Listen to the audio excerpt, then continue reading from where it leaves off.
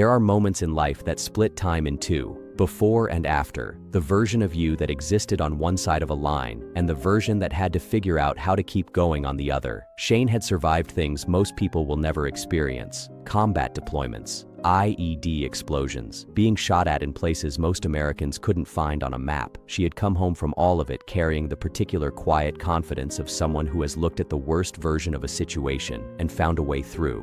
None of that prepared her for what was waiting on a forested hillside in Wyoming on a Sunday morning in May. In the next 3 minutes, a wild animal would bite her, slam her into the ground, attempt to take the final bite that would have ended her life. And then, through a sequence of events that experienced outdoors, people would later describe as something they had never heard of in their entire careers, accidentally save it. This is the story of what happened on Signal Mountain on May 19, 2024. It's a story about a mother's instinct to protect and a woman's instinct to survive. And it's a story about a single ordinary object, a canister of bear spray held in a bleeding woman's hand that became the most unlikely life-saving device in the history of Grand Teton National Park. You have to understand who Shane was before you can understand how she handled what happened. She grew up in Massachusetts, in the kind of New England that doesn't get photographed for postcards. Working towns, ordinary streets, the kind of childhood that builds a certain practical toughness before you've even thought to ask for it. She found her way into the military as a young woman and served as a reservist in the U.S. Army, eventually earning the classification of disabled veteran from injuries sustained during her service. She had been shot at. She had been close enough to IED explosions to know exactly what the pressure wave feels like against your body. She had made the kinds of split-second decisions that people who've never been in a combat zone can only imagine, the kind where there's no time to think, only to react, and where reacting correctly is the difference between coming home and not. But alongside all of that, running parallel to the soldier was something else entirely: a photographer, specifically a wildlife photographer, a woman who found that the same quiet patience and observational precision that made her a good soldier also made her exceptional at what wildlife photography demands most: stillness, attention, and the ability to read an environment the way other people read a page. She loved animals, genuinely, deeply, in a way that wasn't performance. People who knew her knew this about her the way they knew her name. She didn't just photograph wildlife, she advocated for it, studied it, went out of her way to understand the creatures she was pointing her lens at, rather than simply capturing them from a safe distance. She had also done the work. She had read extensively about bear encounters, what to do, what not to do, how to read a situation, when to run, and when to stand still, and when to go to the ground. She carried bear spray every single time she went into the backcountry, and she always wore it in a hip holster for quick access, rather than burying it in her pack where it would do her no good in the 2 seconds that would matter. She was exactly the kind of person who does everything right and still ends up in the wrong place at the wrong time, which is precisely what happened. The morning of May 19th started the way all good photography mornings start: early, quiet, and full of purpose. Shane and her wife had learned that Signal Mountain, inside Grand Teton National Park, was a known hotspot for great gray owls, one of the most elusive and visually striking birds in North America, a species that serious wildlife photographers will drive hours for the chance to see. The Tetons in late May are magnificent, the mountains still snow-capped against an enormous Wyoming sky, the forest floor green and thick after the spring thaw, the light at that hour doing exactly what landscape photographers dream about. She told her wife she'd be gone about an hour. She stayed with their vehicle at the trailhead parking lot while she headed out alone into the backcountry, camera over her shoulder, bear spray in its holster on her hip. She was doing everything right. She was making noise as she moved, a practice every bear safety guide recommends for exactly this reason. Most bear encounters happen because a human surprises a bear at close range, and most bears that hear a human coming from a distance simply leave. Noise is the first line of defense. Shane knew this, and she was doing it. The forest on Signal Mountain is dense. Thick stands of conifers, heavy underbrush, terrain that rises and falls in a way that creates natural pockets of poor visibility.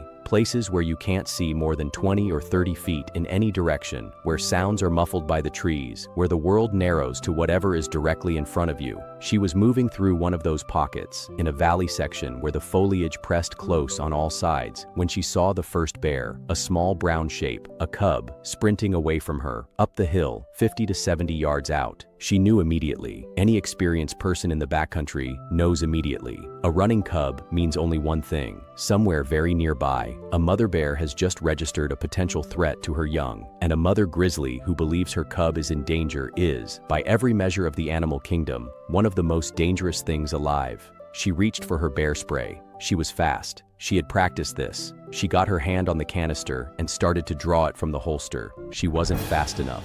She came from the side, not from where the cub had gone, from the periphery, a brown mass of muscle and fur materializing out of the tree line faster than the human brain can fully process, already closing the gap by the time her eyes registered what was happening. She stood her ground. She shouted. She tried to finish deploying the bear spray. She had already closed the distance. The moment she made contact, Shane made a decision that almost certainly saved her life, a decision that required her to override every survival instinct screaming at her to fight back, to push, to run. She turned her back to her and dropped to the ground, face down, belly pressed into the earth, both hands interlocked behind her neck to protect her spine and the back of her skull. She went still. This is what every bear safety expert will tell you to do in an encounter with a defensive grizzly, a bear that is attacking because it feels threatened, not because it is hungry. Play dead. Cover your vitals. Don't fight back. A grizzly defending her cubs is not trying to kill you the way a predatory bear is. She is trying to neutralize what she perceives as a threat. If you stop being a threat, the attack will stop. The theory is correct. What the theory doesn't fully prepare you for is the experience of lying face down in the dirt of a Wyoming forest while 600 pounds of apex predator begins to do what it's going to do to your body. The first bite and slash came to her back and right shoulder. She screamed. She stepped on her back. She bit one of her legs. She picked her up in her jaws and slammed her back into the ground. She bit her other leg. She bit her again, each leg multiple times from her upper thigh down toward her knee. Each time she picked her up and brought her back down with a force that she would later describe as something beyond what she had thought her body could sustain. She screamed again. The forest was quiet, except for the sounds of the attack. She was alone on a hillside in Wyoming, and she held on. Then she went for the kill bite. She had been working the legs, the back, the shoulders, the periphery. But a bear that has moved to a neck bite is no longer in defensive mode. That's the moment the calculation changes. Shane felt her move, felt the shift in her body weight, felt her jaws moving toward her neck. She was still holding the bear spray canister. Through every bite, every slam, every terrifying second of what her body was going through, her hands had stayed interlocked and the canister had stayed in her grip. She hadn't been able to deploy it, but she hadn't let it go either. She bit down on her neck. She bit the canister. The canister exploded, a full burst of concentrated capsaicin, the active ingredient in bear spray, roughly 10 times the concentration of law enforcement pepper spray, detonated directly into her mouth. It hit her eyes, her nose, her entire face at point-blank range. She released. She ran. For a moment, Shane didn't move. The forest went quiet again. The kind of quiet that feels different after something violent has just happened in it. Not peaceful quiet, but the held breath quiet of a world waiting to find out if it's over. She lifted her head. She looked in the direction she had gone. Nothing. She was gone. She got up. She ran in the opposite direction, uphill, away from the area, moving on legs that were bitten and bleeding in multiple places, without fully registering yet the extent of what had just happened to her body, the adrenaline that had been suppressed during the attack, the neurological trick that keeps you functional in the moments when your survival is on the line, was now flooding her system, and it was doing its job, carrying her away from that hillside on legs that had no business carrying her anywhere. She tried to call her wife. The call wouldn't connect. She pulled out her phone and typed a single word. She sent it to her wife. Attacked. Her wife called 911. Shane stayed on the phone with the dispatcher so they could triangulate her location. And then, with the calm and practicality of a woman who had received extensive survival training and understood exactly how bad her situation was, she began to work. She took off her backpack. She unclipped her fanny pack. She removed her camera strap. She used all of it, every piece of gear on her body, to fashion improvised tourniquets on her legs, applying pressure to the wounds that were losing blood the fastest. She worked quickly and methodically, the way you do when you have training, and the adrenaline is still doing its job, and the pain hasn't fully arrived yet.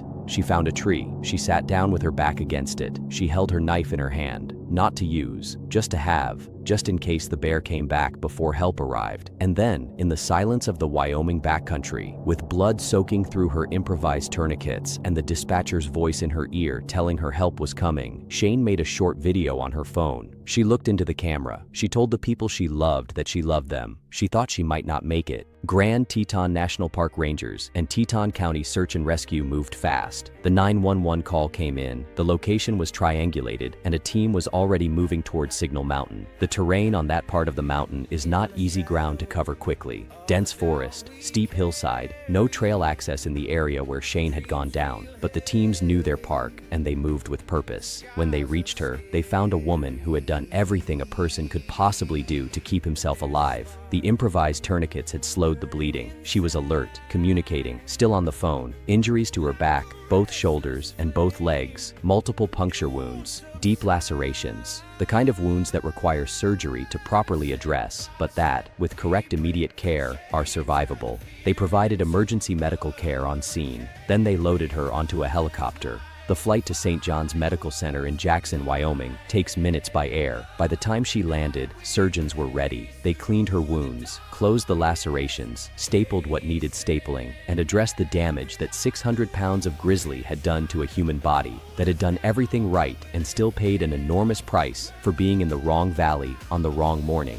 She was released the next day, been picked up by a grizzly bear and slammed into the ground multiple times, who had fashioned tourniquets out of her camera straps while sitting alone against a tree, waiting to find out if she was going to bleed out in the Wyoming wilderness. Released the next day, expected to make a full recovery. There are people who describe luck as something that happens to you. Shane might describe it differently. Luck, in her case, was the product of preparation meeting an extraordinary circumstance. The bear spray she had carried for exactly this scenario, worn exactly where it needed to be worn, held in her hands even through the worst of what happened. And then, in the single most improbable moment of the entire encounter, detonating at the exact right second into the exact right place. Experienced outdoors people who heard the story said they had never heard of anything like it. Former Navy SEALs who teach bear survival courses said it might be the first verified case of its kind, a grizzly accidentally bear spraying itself while attacking a human. Shane went home, she recovered, and then she did something that tells you everything you need to know about who she is. The first thing Shane told the park rangers when they reached her, before she asked about her own condition, before she thought about the hospital, while she was still sitting against that tree with improvised tourniquets on her legs, was a request: do not kill the bear. She said it again to hospital staff. She put it in writing when she posted her account online. She was emphatic and clear. The bear was defending her cub. What happened on Signal Mountain was a case of wrong place, wrong time. The bear did what a mother bear does. She was not a problem bear. She should not be punished for being exactly what she was. Park officials agreed. They determined that the attack was a surprise encounter, a defensive response by a mother protecting her young, and announced that the bear would not be captured or killed. This decision is consistent with how the Park Service handles the vast majority of grizzly attacks in the region. Bears that attack defensively in the backcountry are understood to have behaved naturally, and killing them would serve no conservation purpose while eliminating a healthy member of a protected population. Shane's response to her own mauling, her first instinct being concern for the animal that had just nearly killed her, says something important. It speaks to the specific kind of love for wildlife that had brought her to Signal Mountain in the first place.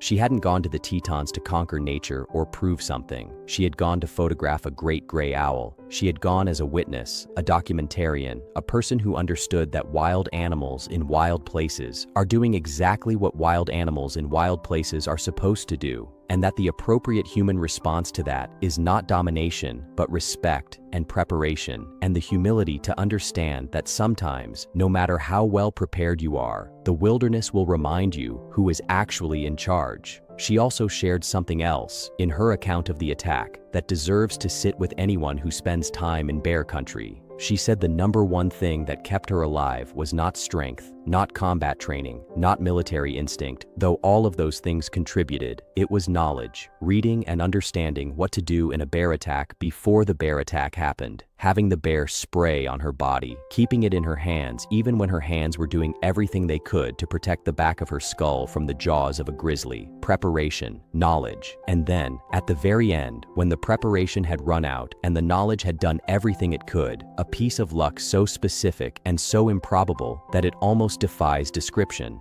Grand Teton National Park receives millions of visitors every year. It is, by any measure, one of the most beautiful places in North America. The Teton Range rising from the valley floor in a way that seems almost architecturally impossible. The Snake River winding through the flatlands below. The forest on the mountain slopes dense and green and alive in a way that reminds you that wilderness is not a backdrop. It is a place where things live and grow and hunt and raise their young.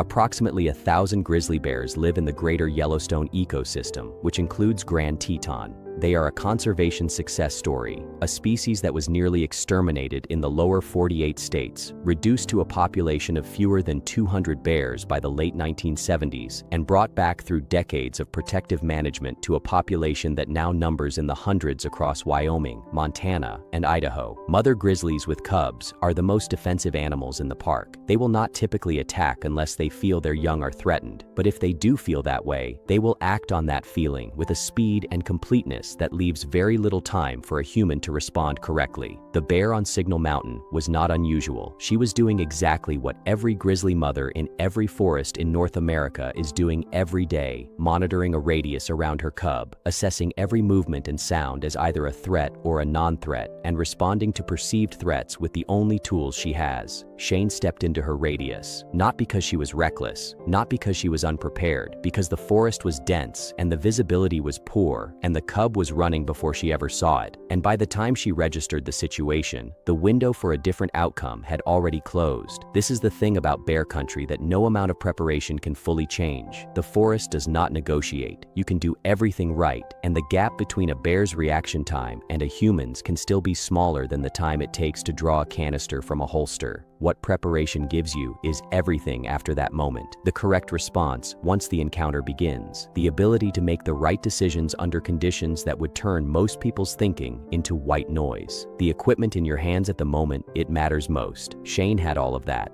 and she survived. There's a question that comes up every time a story like this is reported, a question that usually gets framed as a criticism. What was she doing out there alone? It's the wrong question. Or rather, it's a question that misunderstands what the backcountry is and what people go there for. Shane was doing what wildlife photographers do. She was moving through a forest in a national park, carrying the appropriate safety equipment, making noise to announce her presence, operating with the awareness and preparation of someone who had educated himself extensively about the environment she was entering. The backcountry is not a theme park with a safety guarantee. It is not a place you go to have a controlled experience. It is a place where wild things live, and the understanding that you accept when you enter it is that those wild things have the right of way. A grizzly bear on her home territory, with her cub, is not an obstacle in your path. She is a resident. You are the visitor. What responsible backcountry travel requires is not the elimination of risk, that's impossible, but the management of it. Bear spray, noise, awareness, knowledge of what to do if the worst happens. All of the things Shane had and did. She also had something harder to quantify, something that showed up most clearly not during the attack, but in the hours after it. The ability to keep thinking when thinking is the last thing your body wants to do. The improvised tourniquets, the single text message, the decision to call 911 and stay on the phone. The video for her loved ones, recorded not in panic, but in the calm, clear-eyed acceptance of someone who understood the situation she was in and dealt with it directly. That's not luck, that's character, forged over years of experiences that most people will never have, expressed in the worst possible moment in the most functional way possible. Recovery from a grizzly attack is not a short process, even when the physical wounds heal faster than expected. Shane returned to Massachusetts. She underwent follow-up care for her injuries, the deep puncture wounds on both legs, the lacerations on her back and shoulder, the damage that takes time and physical therapy and patience to properly address. She healed faster than many might have expected, which is either a testament to her physical conditioning, her medical care, or the particular stubbornness of a woman who has previously survived combat and is not inclined to let a bear be the thing that slows her down permanently. But the physical recovery, for anyone who has experienced something like this, is only part of the story. The other part is quieter and less visible. the process of integrating something into your understanding of yourself and the world, of making peace with the version of the story where the bear spray canister doesn't happen to be exactly where the bear bites, of sitting with the knowledge that you made a short video to tell the people you love that you loved them, and that there is a world in which that video was the last thing you ever made. Shane didn't hide from any of that. She posted her account publicly, in detail, with photographs that documented exactly what her body looked like after the attack, not for shock value, but because she believed people in bear country needed to understand what an encounter actually looks like. Not the sanitized version, not the version where the bear runs away before anything bad happens, but the real version, the one with the injuries and the improvised tourniquets and the goodbye video. She ended that account with the same message she had given the park rangers: don't kill the bear. She was doing what a mother does. There's a version of this story that ends with a lesson about fear, about the danger lurking in beautiful places, about why you should keep your distance from the wilderness and stay on the paved paths where the interpretive signs are, and nothing unexpected is going to happen to you. That's not the story Shane is telling. The story she is telling, the one she chose to share in detail to the world, is about preparation and respect and the specific kind of courage it takes to walk into a forest where you are not the top of the food chain, with your bear spray and your camera and your love for the creatures living there, understanding the risk and choosing to engage with it responsibly anyway. It's about a mother bear doing the most natural thing in the world, and a woman doing the most prepared thing in the world, and the extraordinary improbable moment where those two things collided and somehow, against all odds, produced a survivor. Signal Mountain is still there. The bears are still there. The great gray owls that Shane went looking for that morning are still there, somewhere in the dense Wyoming forest, moving quietly through the trees, the way they always have. And somewhere in Massachusetts, a woman who has survived things most people can't imagine is out there with her camera, still in love with the wild world, still carrying her bear spray, still making noise as she moves through the trees, still going out there, because that's what it means to truly love nature, not to observe it from a safe distance, not to experience it through a screen, but to walk into it on its own terms, prepared and humble and grateful for every moment it lets you back out again. He was lost at sea for 438 days. No land, no rescue, and no way back. Just endless ocean. At first, survival was simple: stay alive. But after a few days, his body started to break. The sun burned his skin, the salt dried into it, and the water slowly disappeared. So he did what he had to do. He caught whatever he could, drank whatever he could, and held on for as long as he could. This is Jose Salvador Alvarenga, and what started as a 2-day fishing trip turned into one of the longest survival stories in history. This is Jose Salvador Alvarenga, a fisherman from the coast of Mexico. In 2012, he went out for what should have been a simple 2-day fishing trip, but a sudden storm pushed his small boat far out into the Pacific Ocean, farther than anyone expected. At first, survival was simple: find something to eat, find something to drink, and stay alive. He caught birds with his bare hands, ate them raw just to survive. There was no clean water, so he drank whatever he could find, even when it wasn't safe. The sun never stopped, day after day, burning his skin, draining his body, and the ocean just kept moving, carrying him further and further away. Because after a while, survival stops being the hardest part. Finding food, finding water, staying alive, it becomes routine. But out there, something else begins to change. The horizon never moves. The days stop feeling like days, and the nights don't feel like nights anymore. Everything starts to blur together. When there's nothing around you, nothing changing, nothing to measure time, time starts to disappear. From the beginning, there was almost nothing around him, just the ocean and the sky. Days passed, and nothing changed. No voices, no movement, no sign that anyone was out there. And after a while, The silence stopped feeling quiet. It started to feel loud. So he started talking to the birds, giving them names, answering his own questions, just to hear something other than nothing. Because when you're alone for that long, you don't just lose track of time. You start to lose yourself. Most people think survival is about hope, waiting, believing that someone will come. But out there, hope can be dangerous because every day you expect to be saved, and you're not. Something inside you breaks. So he stopped waiting. He stopped looking at the horizon, stopped counting the days, stopped believing it would end. And that's when everything changed. He wasn't a man lost at sea anymore. He became a man who lived there, and that is what kept him alive. The sound of applause fills the room. Cameras flash. The entire audience rises to their feet. And in the middle of it all stands a man, Brendan Fraser. His voice shakes. His eyes fill with tears. This is what a dream looks like. So this is what the multiverse looks like.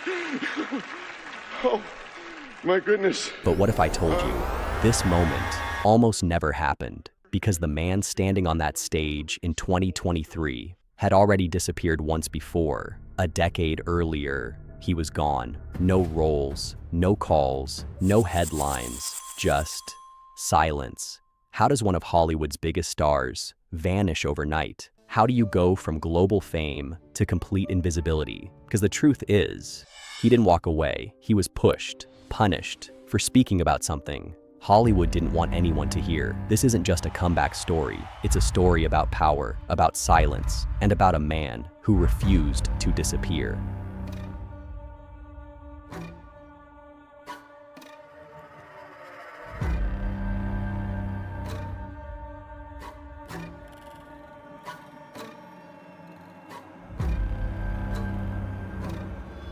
To understand what happened, we have to go back to a time when Brendan Fraser was everywhere. Adventure, action, comedy, from The Mummy to George of the Jungle.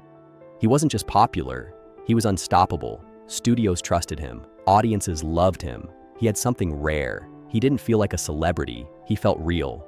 But behind the scenes, there was another story. Brendan didn't fake action, he lived it. He performed his own stunts, took real hits, put his body on the line, again and again. At one point, I almost gave my life at one point during a hanging sequence. I was on a platform with a rope around my neck, and I remember the camera came around. I thought, I'm gonna make this look really good. So I sort of took a few deep breaths and kind of bared down, and then I realized I was on the balls of my feet, and the rope was going up, and I had nowhere to go. And then the world kind of dialed down. And when that happened, he did not know what happened. The stunt coordinator ran over to him and was clapping in his face, trying to wake him up. And when he finally woke up, he goes, "Hey, congratulations. You've just joined the club with Mel Gibson. He got choked out on Braveheart, too." Most people found this funny, but he came back the next day. Because in Hollywood, you don't say no. Over the years, the damage stacked up. Knee surgeries, back injuries, spinal damage. He later said he felt like he had to build an exoskeleton just to get through filming. Ice packs under his clothes, tape holding his body together. The audience saw a hero, but behind the scenes, he was slowly breaking apart. And just when everything seemed perfect, something happened that would change his life forever. The year was 2003, a private event in Beverly Hills, a room full of powerful people. And one moment, that would follow Brendan Fraser for the rest of his life. He later revealed an incident involving Philip Burke, a man with influence, connections, control. Brendan says he was assaulted. He later described it like this: "It felt like someone had thrown invisible paint on me, something you can't see, but you can never wash off." And then came the decision: stay quiet or speak up. Today, that sounds simple, but back then, it wasn't. Speaking out didn't make you brave, it made you a problem.